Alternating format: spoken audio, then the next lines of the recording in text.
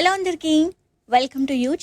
ఒకప్పుడు అన్నమాట వినడానికి ఎంత బాగుంటుందో కదా. మన స్కూల్ కావచ్చు, ఊరు, గుడి, ఇలా చాలా ప్లేసెస్ ఉంటాయి. అదే మనం ఒక గుడి గురించి తలుచుకుంటే ఒకే ప్లేస్ లో 20కి పైగా చిన్న చిన్న గుళ్ళు, మధ్యలో ప్రధాన గుడి ఉంటే ఆ ఊహే వేరు కదా.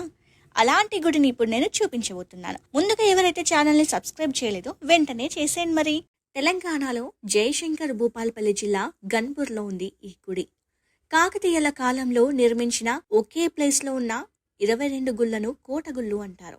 ఇవి కాకతీయుల కళా వైభవాన్ని తెలియజేస్తాయి. 1999, 1260 మధ్య కాలంలో గణపతి దేవుడు 1213లో ఈ కోటగుళ్లను నిర్మించాడు. గణపతిపురం గ్రామానికి ఈశాన్య దిక్కున ఉన్న మట్టి కోటలో ఈ గుళ్ళు ఉండడం వల్ల కోటగుళ్ళు అనే పేరు వచ్చింది. రామప్ప గుడి మీరు చూసే ఉంటారు. ఆ గుడి నిర్మించిన కాకతీయ సైన్యాధ్యక్షుడు రేచర్ల రుద్రారెడ్డి మూడో కుమారుడు గణపురం సామంతుడైన గణపతిరెడ్డి ఆధ్వర్యంలో నిర్మించబడింది ఈ గుడి. కోటగుళ్ళ సముదాయం చుట్టూ రాతి గోడలతో ప్రాకారం నిర్మించబడి ఉంది. ఈ గుళ్లలో గణపేశ్వరాలయం అనే శివాలయం ప్రధానమైనది, ఆకర్షణీయమైనది. ఇందులో సర్పధారి అయి డమరుకాన్ని వాయిస్తున్న పరమశివుని నిలువెత్తు విగ్రహం చెక్కబడి ఉండడంతో పాటు సభా మండపాలు ప్రధాన ఆకర్షణగా నిర్మించబడ్డాయి. అంతేకాకుండా ఓరుగల్లుపై దాడి చేసిన దేవగిరి మహారాజును కాకతీయ అష్టమ చక్రవర్తి రాణి రుద్రమదేవి 15 రోజుల యుద్ధంలో ఓడించినందుకు గుర్తుగా గజకేసరిలో సగం మనిషి, సగం సింహం రూపం ఏనుగు మీద స్వారీ చేస్తున్నట్లు యుద్ధ విజయ చిహ్నాలు చెక్కబడ్డాయి. కానీ ఈ గుడి ధ్వంసమైన గుర్తులు కనబడుతున్నాయి.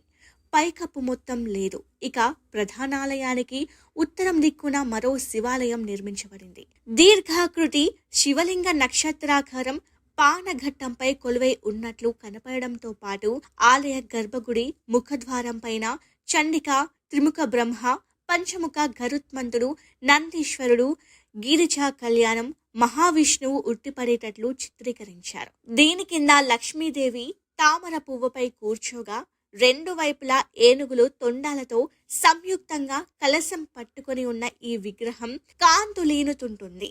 అయితే ప్రధాన ఆలయం కొంచెం బాగున్నా ఈ గుడి మాత్రం చాలా శిథిలావస్థలో ఉంది. లోపల దేవుడు గర్భగుడి కూడా లేదు. చుట్టూ ఉన్న 19 చిన్న ఆలయాలన్నీ గర్భగృహం, అంతరాలయం కలిగి ఉన్నాయి. నాట్య మండపం ప్రధాన ఆలయానికి దక్షిణ దిక్కున దాదాపు 60 స్తంభాల గల మండపం నిర్మించబడింది. దీన్ని స్తంభాల గుడి అని కూడా పిలుస్తారు. గండు సున్నం, కారక్కాయ మిశ్రమంతో నిర్మించిన ఈ ఆలయం చుట్టూ కిన్నెర, కింపురుష, మందాకిని శిల్పాలు, ఆలయ గోడల మీద జంతు జీవాలు, రాతి స్తంభం, చతురస్త్రం, దీర్ఘ చతురాస్త్ర, వృత్తాకార శిల్పాలు ఉన్నాయి. అప్పట్లో ఈ మండపంలో ప్రతిరోజు ఒక నర్తకి 16 మంది వాయిద్య కళాకారులచే నాట్య ప్రదర్శనలు జరిగేవంట. ఇప్పుడు మొత్తం చెట్లతో నిండిపోయింది. కనీసం లోపలికి వెళ్ళడానికి కూడా దారి లేనంతలా.